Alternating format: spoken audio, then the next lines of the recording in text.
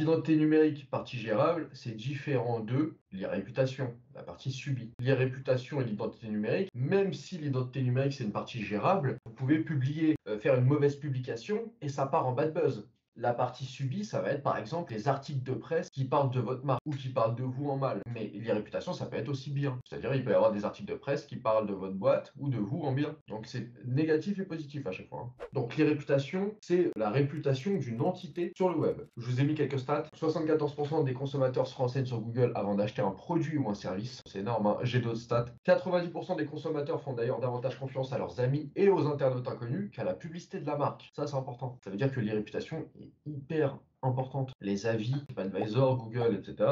Bon voilà. On sait que les gens font un petit tour dessus, regardent, demandent à leur entourage, ouais, t'es déjà parti dans cet endroit, t'as déjà testé cette activité, oui, non. 64% des consommateurs consultent les avis et notes des autres internautes avant de réaliser un achat. C'est pas les consommateurs qui notent, hein. Ils consultent les avis et les notes des autres internautes avant de réaliser l'achat. Pareil, si on veut acheter un objet, la plupart du temps, on va regarder les avis. Donc, forcément, si vous avez une mauvaise e-réputation, ça va faire baisser les ventes de votre entreprise.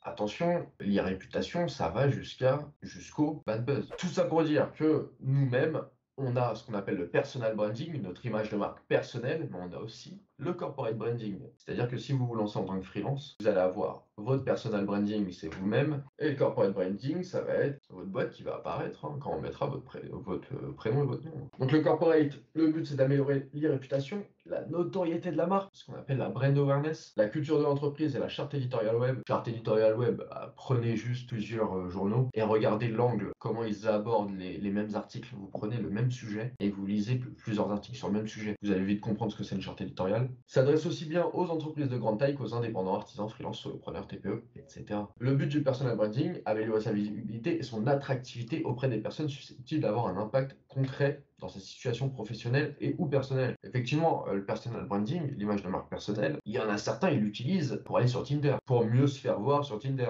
Bien choisir ses photos, bien remplir sa fiche, se faire un petit site internet avec son CV au cas où la personne tape son prénom et son nom. Donc, il y en a, ils font ça aussi pour améliorer leur situation personnelle. Et on voit bien avec tout ce qu'on appelle maintenant les influenceurs. Ça a créé l'influence marketing, le marketing d'influence. Ce marketing d'influence, on l'utilise en personal branding. Donc on prend je sais pas, une star de la télé-réalité qui va faire son personal branding, elle va créer son compte Instagram, elle va passer dans une émission, donc elle va récolter des followers, des abonnés. Grâce aux abonnés, elle va améliorer son image de marque personnelle. Ensuite, elle va se créer une petite boutique e-commerce où elle va faire créer une petite boutique e-commerce avec ce qu'elle est en train de gagner. Elle monétise les contenus. Elle va avoir des partenariats d'influence et grâce à ça, elle va se créer une entreprise et elle pourra faire du corporate branding par la suite. C'est un nouveau modèle. Tout le monde peut devenir leader d'opinion, hein. N'importe qui vraiment. Il faut juste avoir une passion et se lancer dedans. Ou faire de la télé.